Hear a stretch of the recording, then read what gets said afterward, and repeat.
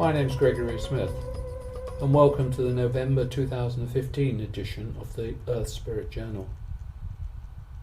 The moment to gain a view through listening to Shamanics in Portugal's newsletter. Our intention is to remind you, our readers, friends and connections, we are all part of a much larger, ever-evolving community. We offer in this newsletter some insights into our views and experiences, into the co-creation we are all part of. Recognising each of us is alone responsible for what each of us creates in our life. Only then can the universe provide its assistance. October has for many been a period of quite intense shifts, even if on occasion the home port is unclear. What it has done is create space for action to be taken on heading in a direction, though we are yet unsure where this may lead. Whilst unsettling, momentum has been created. Some of the initial changes in the political, ethical and social systems have also started to emerge, and there are still 2 years to go to the end of this cycle. The last 2 months of 2015 will complete the initial period of transition. So it is a moment to give thanks for the challenges we have faced to move us out of our established habits and comfort zones. Only in this way can we prepare to bring balance into our lives and so our world. The action we take now will set the tone for 2016 and beyond. Our thought for November. Over the years, Abraham Hicks has been an inspiration and helped many on their journeys to where they find themselves at this moment. We have and do give great thanks to their various teachings. Esther Hicks is an inspirational speaker and author who dialogues with a group of spiritual beings, teachers known as Abraham. She has, over the years with her husband Jerry, co-authored 8 books. The Abraham teachings affirm our well-being and help us to recognise the power of joy in achieving all that is desired in life. Their gift to us is one of teaching each of us how to manifest wonder and abundance into our everyday living.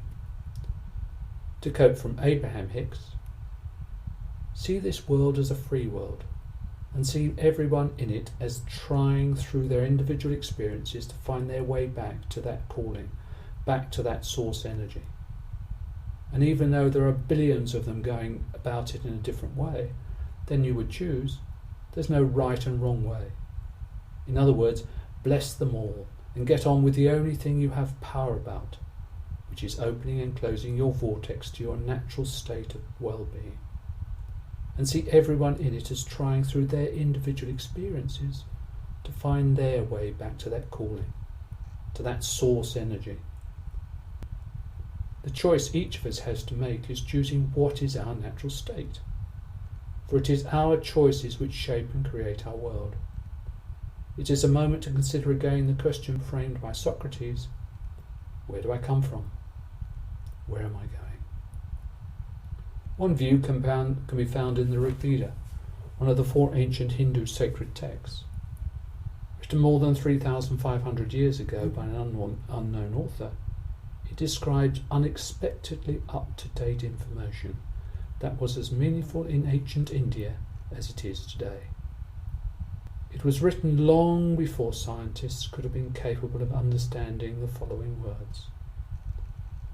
There is an endless stream of threads throughout the universe. The horizontal threads are in space. The vertical threads are in time. At every crossing of the threads there is an individual, and every individual is a crystal bead. The great light of the Absolute Being illuminates and penetrates every crystal bead. And every crystal bead reflects not only the light from every other crystal bead in the net, but also every other reflection throughout the entire universe. The question is often raised as to why the drum in shamanic ceremony. In this article, Steve provides some answers to the question. He has also read it as an introduction to the drumming download available from Shamanics in Portugal shop. The voice of the drum. Historically, the shaman was a man or woman who entered into an altered state of awareness at will in the pursuit of power, for knowledge, of gifts, of healing, for the benefit of his community. He, I will use he through though understand it could be he or she, would often attain the state of trance with the help of power plants or allies. It is said that while in the state of non-ordinary reality, his soul leaves his body and journeys up into the realms of the upper world, or down into the lower world, to give but two examples. Once there, he interacts with his guides and helpers to meet the intended objectives of his journey. The downside with using the plant allies for extended periods is they can exact a heavy toll on our bodies. Here at Shamanics in Portugal, we are concerned with attaining and maintaining balance and health, mental, physical and spiritual. Ecstatic states can be reached by many different means, such as prolonged silence, fasting, repetitive movement, or sound among them. The experience is as a dream, except you're able to control your actions and movements with practice. The shamanic journey. In many different and separate traditions from around the world, the drum is used to drive the shaman on his journey. A regular beat of between 4 to 7 beats per second mimics the frequency of theta brainwaves. This frequency is associated with hypnosis and REM sleep. It is also said that the shaman's drum brings healing and peace. It is the universal heartbeat and aligns all beings heart to heart. Sound and frequencies bring balance to our emotional bodies and heal our physical forms. The drum is universally used as a means to take us away from our normal world and move us into the spaces of our being, on a journey where we can seek the depth of healing that we intend to find. With journeying the shamanic way, there is a pattern of different drumming beats that takes you forward on your journey, and then a recall beat that is much faster that brings you back again into your physical body. The results can be simply amazing. The information gathered and experience had for self and others are a gift to us, and the voice of the drum can lead us to those gifts from the depth of our beings, to different realms and dimensions, and to the connection to others that we are working for. The next Shamanics in Portugal event will be a fire ceremony, the giveaway ceremony, from 18th to 20th December. Aligning with the solstice, the fire ceremony is a ritual handed down and still practiced by many peoples. The format followed at Shamanics in Portugal comes from various traditions. Each of us will create and bring to the ceremonial fire something which represents what we choose to be no longer bound by, whether from the past or present. Time will be spent creating an object to give to the fire. You may create something unique and beautiful and find it difficult to give up. This is the work. Included in the 2 days of preparation and completion will be the ancient Hawaiian practice of reconciliation and forgiveness, Ho'oponopono. This corrects, restores and maintains good relationships by establishing and addressing the causes and sources of trouble. The first event of 2016 will be Discovering the Inner Realms, an introduction to shamanism, from 19th to 21st February. This will introduce you to the shamanic experience of ritual, creating sacred space, journeying, meeting your guides, power animals and much more on our experiential journey together. It will provide you with the powerful, effective tools to let you tap into the unseen world for insight and healing, which requires no external authority, intermediary or even beliefs. There will be a further half-day introduction to shamanic journeying on the morning of 17th March, followed in the afternoon by the first vision quest for 2016, 17th to 20th March.